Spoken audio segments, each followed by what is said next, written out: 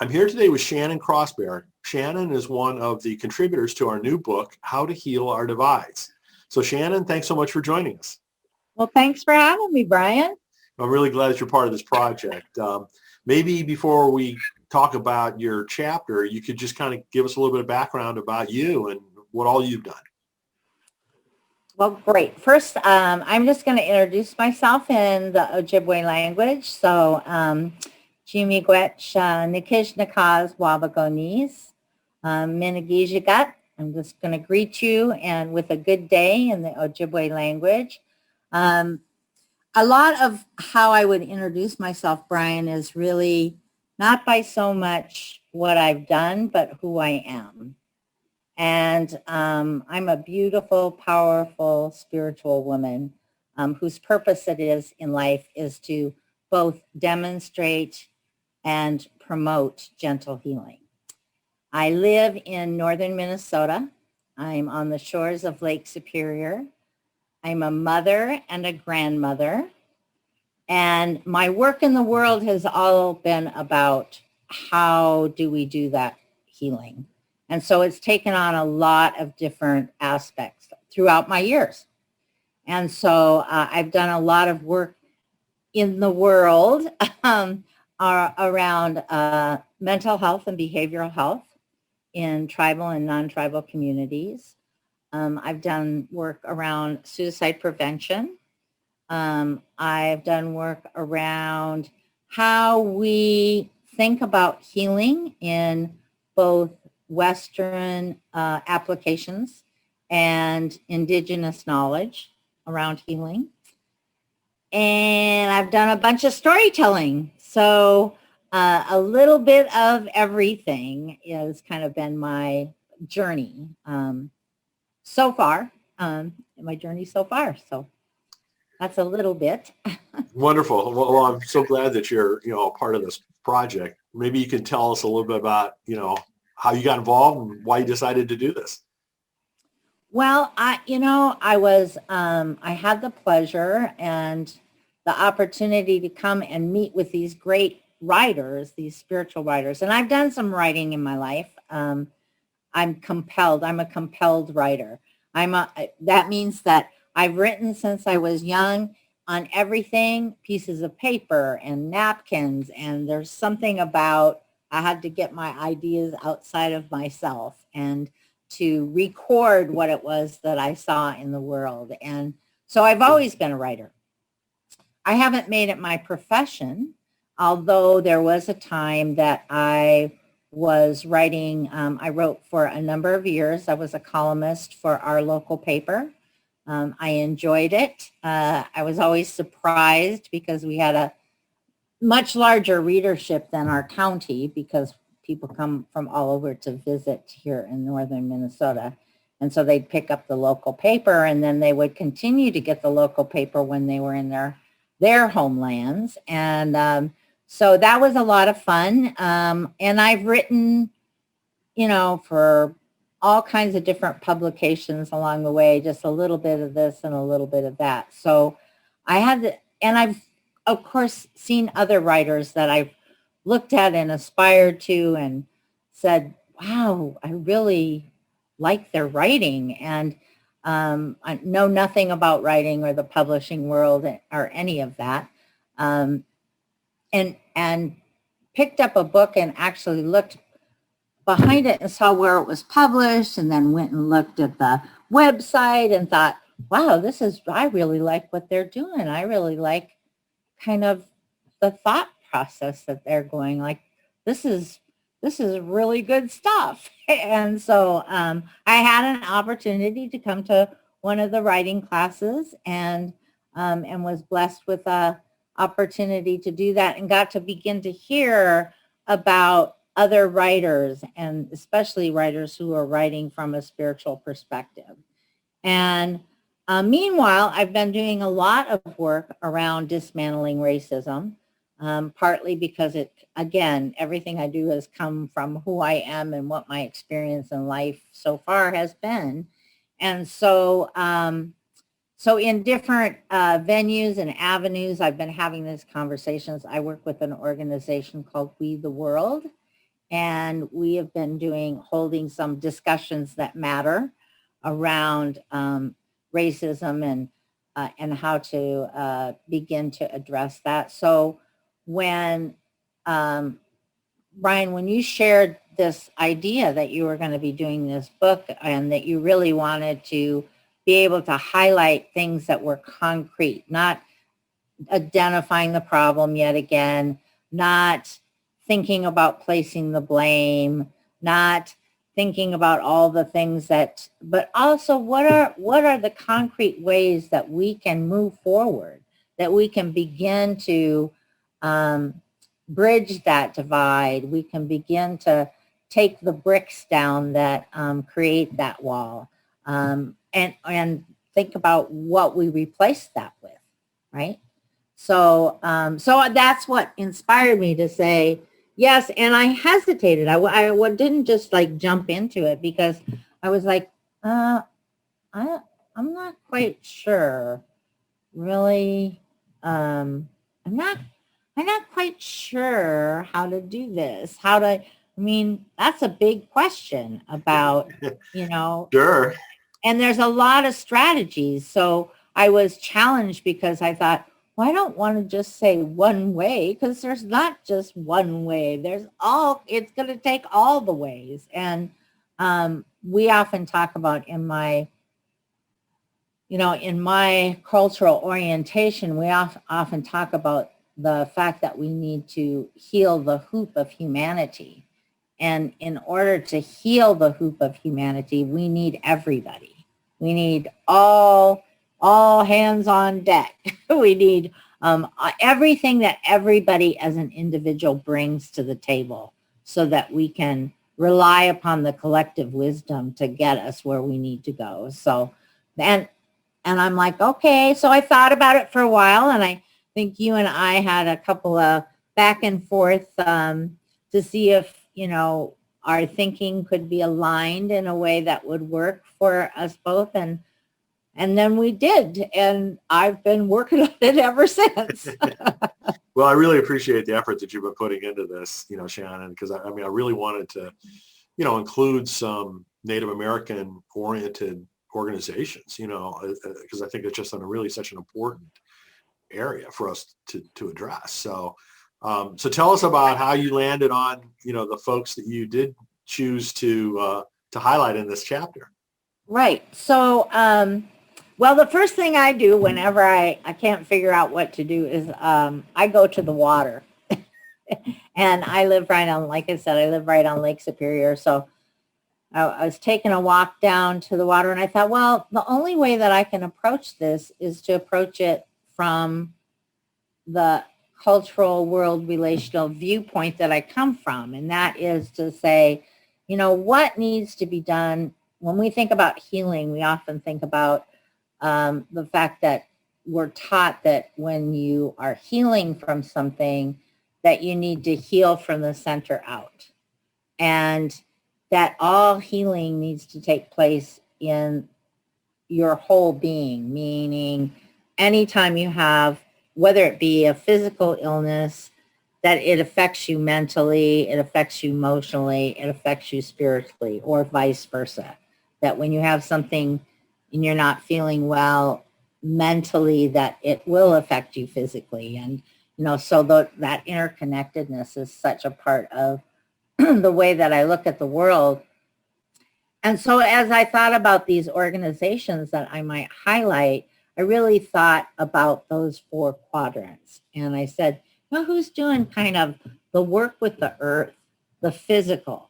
Who's doing the work with food sovereignty and healthy nutrition and clean water, which are basic physical needs that we all have? Who's doing that work in Indian country and would welcome allies, would welcome helping hands to get that work done? And so that's how I decided that Honor the Earth would be one of the organizations, because of the work that they're doing, concentrating on those things, on, the clean water sources, food sovereignty, and everything's connected. So you can't do that without having some justice issues involved and some health issues because of the disparities and as a result of not having clean water and those kinds of. So they're all kind of connected. Even the issues around huge issues around murdered and missing Indigenous women in this country that people are not aware of, but they're doing work around that as well. That's connected to the clean water. That's connected to the food sovereignty. So, so that was one of the reasons I highlighted them. And then I kind of went, okay, well, that's physical.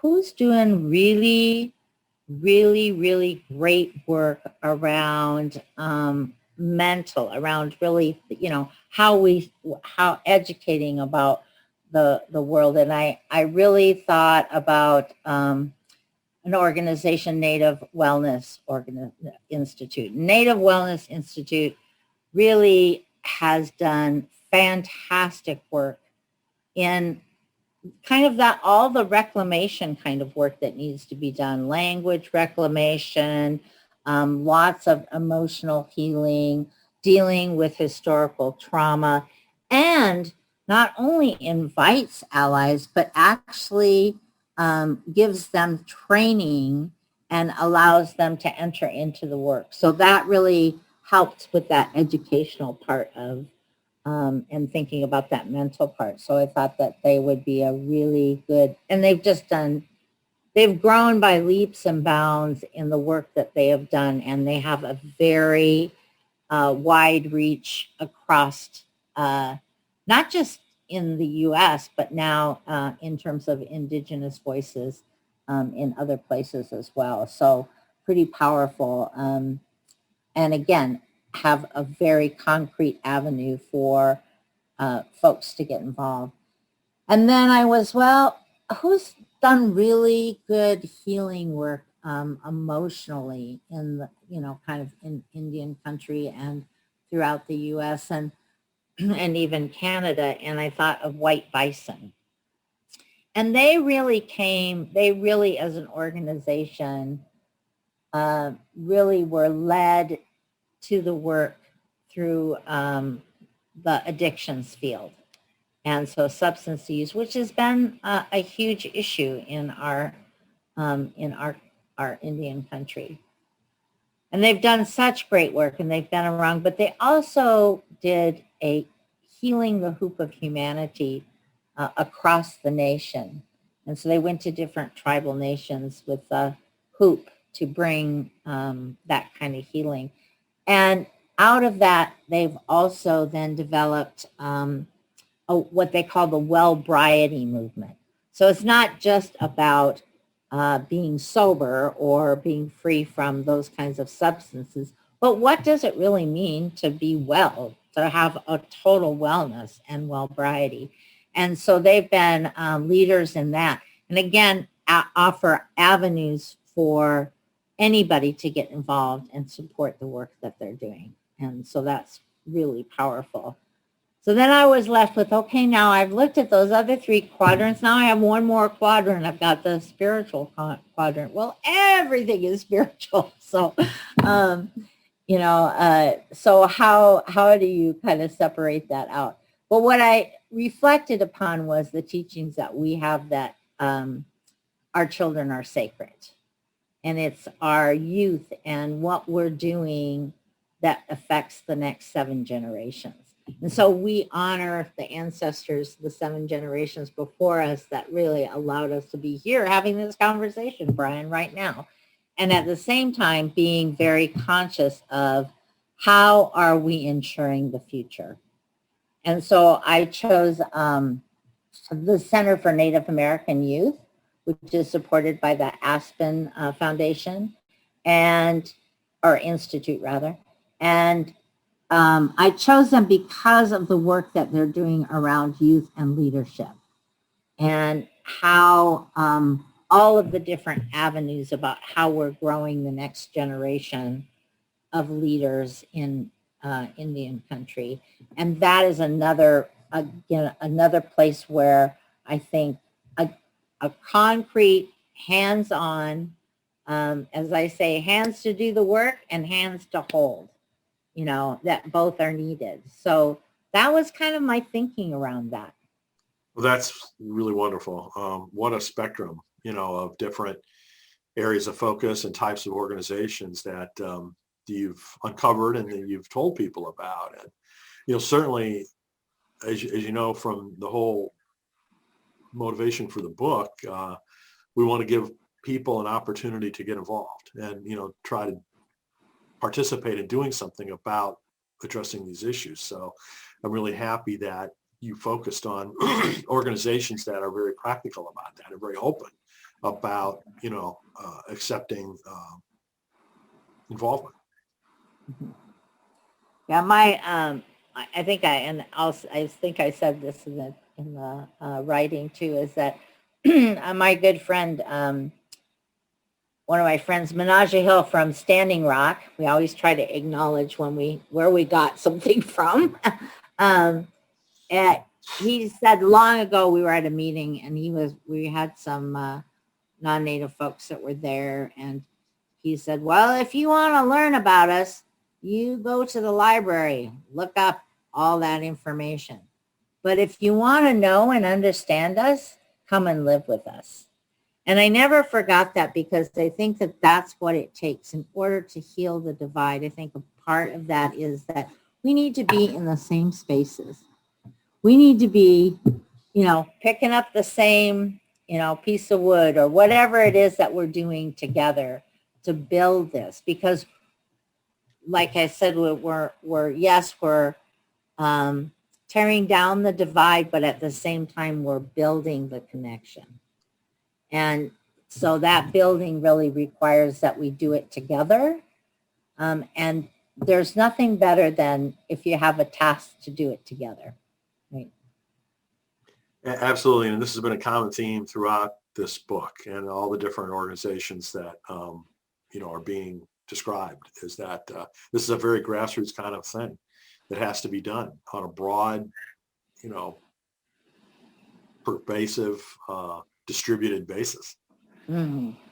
And it won't happen just online. It won't happen just in TV or anything like that. It's got to be personal relationships. And it is, and I think it is kind of, sometimes it is that very concrete, task-oriented activity. Years ago, I ended up, and I was quite young at the time, and I ended up going to a community in Northern Ontario, and it was my husband and I, and we were going there for a particular job, but we couldn't enter into the community with that job. We had to enter into the community with our other skills, right? So we were entering into the community to do some work around addictions. We were thinking that this is a lot of years ago, so all the terminologies have changed. But at the time it was, I think we were chemical dependency counselors, and we were going into an isolated tribal community in the far north where they were experiencing some really high addiction rates with some really poor outcomes. And so we were supposed to go in there and do counseling, and but that was not the way that we could enter into the community. So my husband had some electrical skills, so he was an electrician, had that trade, and I had some other skills, and we, even though I was young, but we managed to do those. That was our introduction into the community. What can we help you wire? What can we help you do this? Let's do this together. And it was at that point that we gained our ability to be part of the community and to contribute to the community. And then we could offer other things that we wanted to offer. So it was, I was really young at the time, but it was a really good lesson for me in terms of how do you really connect. You connect by giving somebody something that they're asking for. And I think that was the other thing too, is rather than to offer what it is you think that people need, is what is it that they're asking for? And that's the thing that's going to be most helpful, right? Yeah, That's the yeah. thing that will heal the divide. Mm-hmm. But, you know, as you said, I mean, kind of like establishing a relationship and establishing trust, you know, is a precursor for a lot of the other things that, you know, we want to try to accomplish. Right. Right. And I think the other thing that sometimes stops us is that we're afraid. I'm laughing because of course we're going to make mistakes, you know, but we're afraid we're going to make mistakes. And of course you're going to make mistakes, right? You know, but that the difference between, you know, I think making that mistake is what we call, yes, it would be going with a good heart. It's not intent. If you have good intent, you're going to make mistakes, and then you're going to listen when you make mistakes, and you're going to do it differently the next time. That's all. You know, it's pretty simple. That's part of our human condition, is that we're going to make mistakes. Absolutely. It's just part of the process. And we're going to have those times, I think, you know, I experience them where we have what I call the ouch, or the cultural bump, you know, and sometimes it's easy to identify that cultural bump, you know, because it's obvious, but sometimes it isn't. Sometimes even for me, sometimes when I come up against something that I don't even realize till later where that's coming from, that there's a cultural bump that I have to identify, right? So, you know, I always say, you know, I hear a lot of movements about, you know, non-judgment and, you know, all those kinds of movements. And I just think that that's not possible. We're judgment making machines. Where, you know, and it serves us to have discernment, and it's not a bad thing to have discernment and judgment. We're called upon. That's part of our human condition, but we can hold those lightly, right? And I think that's where for me, it's that sweet spot of holding that judgment lightly so that you can allow other information to come. It's that place between breathing in and breathing out where the pause is, to just take the pause. Oh, maybe I'm interpreting this in a different way, right? And humor plays a big part. I have to laugh at myself because in our prayers, we always say, there's a lot of, you know, kind of this, it loosely translates to, you know, take pity upon me. I'm just a poor human being. And that, I mean, and it's said quite often in our prayers, take pity on me. I'm a poor human being. Knowing that, so I think there's a degree of humor that I have with even myself. I'll share a little story with you that a few years back, I could get passionate about certain subjects. And as you may or may not have guessed already. And I was with non-native people, and it was a couple of gals, 3 gals, and we were just having a nice little evening together, and, you know, cheese and chatting and all that kind of stuff. And somehow we got on Indian housing, right? And it must have been a button for me because I went off. I was talking all about, you know, well, what they used to do for our Indian housing, and how they used to build the houses, and, you know, and they would build these houses and they wouldn't have closets. What did they think? Did they think that Indians didn't have clothes? How come they never built us closet? And I mean, I was on a roll about the fact that Indian Health Services in their houses in the 50s and 60s never had closets. They never, you know. So one of the gals who was very, she's non-native, very soft-spoken, and never heard her raise her voice. She slammed her fist on the table and she said, "Shannon, And internally I thought, oh my gosh, I must have crossed some kind of cultural thing that I didn't know about. Cause she was like, and everybody stopped because they're not used to this person raising their voice. And she said very slowly, she said, we all know Indians had clothes. And then there was a pause and she said, but we also knew they did not have hangers. And I was so shocked by the way that she said it, right? And she just deadpanned it, right? And I know my mouth fell open and I'm like, it's about the hangers? Oh my. And so I started to laugh, right? And we all laughed, right? And after that, I have to tell you, Brian, there were people who actually heard that story and sent me hangers. But